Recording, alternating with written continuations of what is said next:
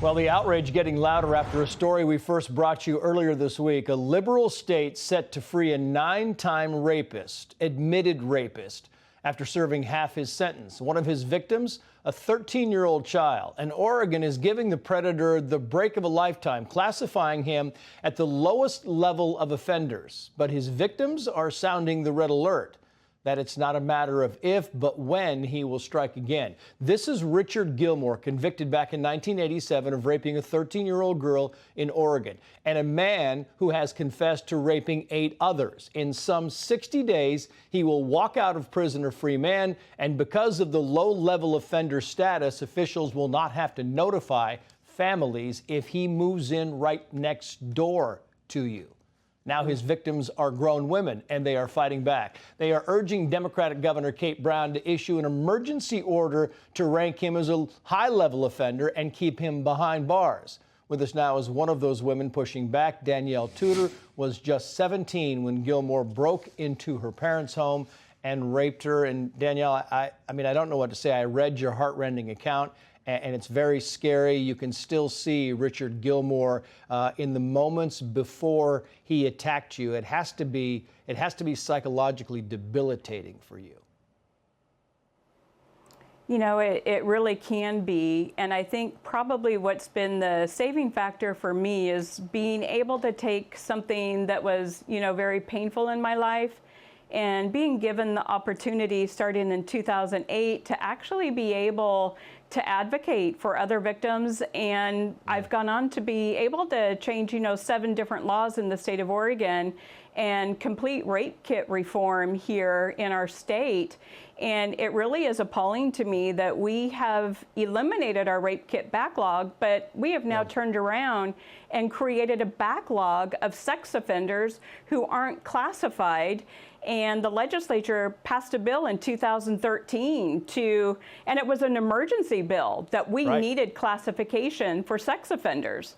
Right, and you have done, your group have done exceptional work, and I really am I'm baffled because his classification at level 1 is because of something called a static 99 risk assessments. That's how they determine this. I mean, this is based on things like number of convictions and his age. And Danielle, it's the same kind of thing that insurance companies use to insure to get car insurance rates. It's laughable. They have nothing to go on, and they're deciding this guy's a level 1 offender by using some insurance chart. Well, you know, as we all know, it's a downloadable form. So anyone can go on the internet and download the form, which is a static 99. And I'm sorry, but you're correct. A 10-question questionnaire can't even begin to classify a serial predator rapist. But yet, appallingly, that is what the parole board is choosing to use, and they're sticking by their guns on just using the static 99. And what the state of Oregon and its citizens need to know, we have allocated $6.5 million to the parole board to come up with the system to classify these sex offenders, which in 2013, there were over 4,000 that were not classified in our state. We know that number has only grown. And we are now almost a decade down the road, and the parole board has still not come up with the classification way to figure out what these sex offenders are. And instead, we're kicking the can down the road. Now we're kicking it down to 2026, which is just, I think it should be appalling to every citizen here in the state. I want to know what you would say to the governor of your state, Kate Brown. I mean, Brown has, by the way, you've got a tough battle because she has issued more pardons and more commutations in her term than all the governors in the past 50 years in that state. So it's going to be a tough battle. What do you say to her, Danielle? You know, what I say to Governor Kate Brown is the parole board is appointed by her, and she is their boss. All Kate Brown has to do is declare an emergency with this situation and tell the parole board, come up with some rules that will level, put Richard Gillmore as a level 3 sex offender. It's that easy. if for some reason Kate Brown is so sex offender friendly that she won't do that, our other option is we have legislative days here in Oregon, December 5th through the 7th.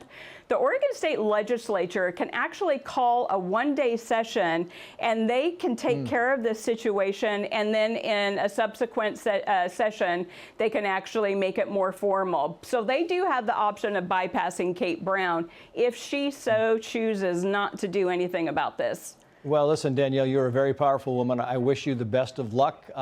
This is a travesty. I think people know it, and I hope that this appearance helps this thing resonate in your state. Thanks for coming on.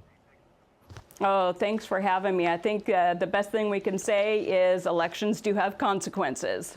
Indeed. Hey, Sean Hannity here. Hey, click here to subscribe to Fox News YouTube page and catch our hottest interviews and most compelling analysis. You will not get it anywhere else.